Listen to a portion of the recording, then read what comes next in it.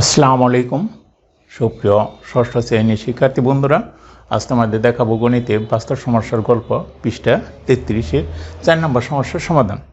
4 নম্বরে বলছে একটি ঘরের মেঝে 26 মিটার লম্বা ও 20 মিটার চওড়া।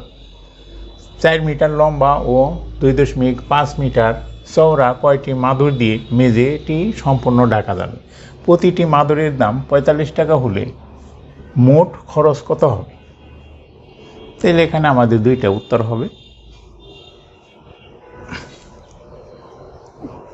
কয়টা মাদুর আর হলো মাদুরের দাম হলো 45 টাকা হলে কত টাকা খরচ হবে সেটা আমাদের নির্ণয় করতে হবে।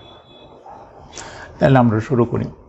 আমরা জানি ঘরের মেঝের ক্ষেত্রফলের নির্ণয়ের সূত্র হলো দৈর্ঘ্য গুণন প্রস্থ বা চওড়া।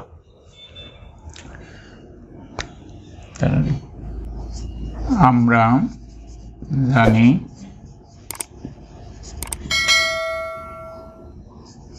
ঘরের মেঝের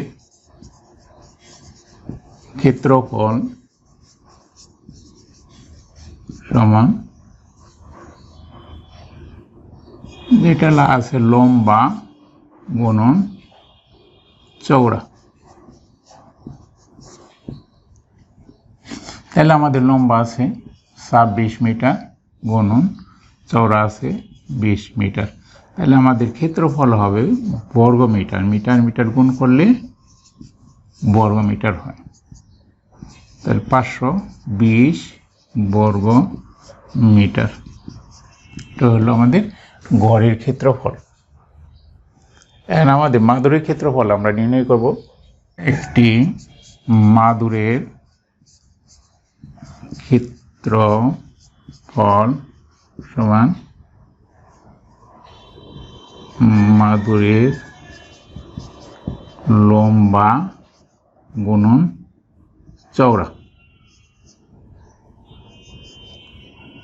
তাহলে মাদুরের ক্ষেত্রফল যখন আমরা নির্ণয় করব তাহলে মাদুরটা কতটুকু লম্বা এবং কতটুকু চওড়া এটা গুণ করলেই আমরা পাবো। তাহলে আমাদের দেওয়া আছে 4 গুণন 2.5 বর্গ মিটার হবে, মিটারে বর্গ মিটার। তাহলে এটা গুণ করলে হবে আমাদের 10 বর্গ মিটার। তাহলে মাদুরের সংখ্যা বের করতে গেলে আমরা ঘরের মেঝের ক্ষেত্রফলকে মাদুরের ক্ষেত্রফল দিয়ে যে ভাগ দিই তাহলে আমরা মাদুরের সংখ্যা পাবো। মাদুরের সংখ্যা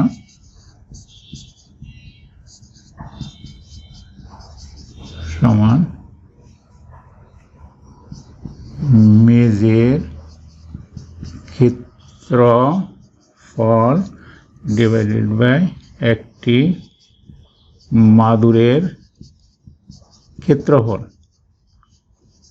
তাহলে মেঝের ক্ষেত্রফল হলো 520, মাদুরের ক্ষেত্রফল হলো 10। যেহেতু আমাদের একটা অনুপাত, এটা বর্গমিটার এর বর্গমিটার, সেহেতু আমাদের এখানে একক আসবে না আর কি। তাহলে এই 0 যদি কেটে দেই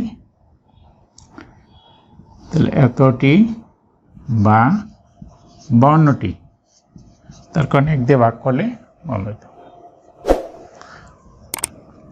তাহলে আমাদের মাদুর লাগবে 52টি।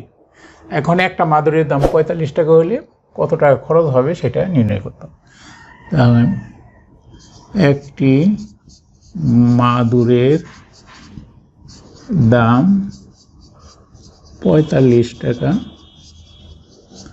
সুতরাং 52টি মাদুরের দাম 45 গুণন 52। গুণটা তোমরা অন্য জায়গায় করতে পারো বা ক্যালকুলেটর। তাহলে এখানে হবে 2340 টাকা। তাহলে আমাদের খরচ হলো 2340 টাকা আর মাদুর লাগলো 52টি। তাহলে আমরা উত্তর লিখব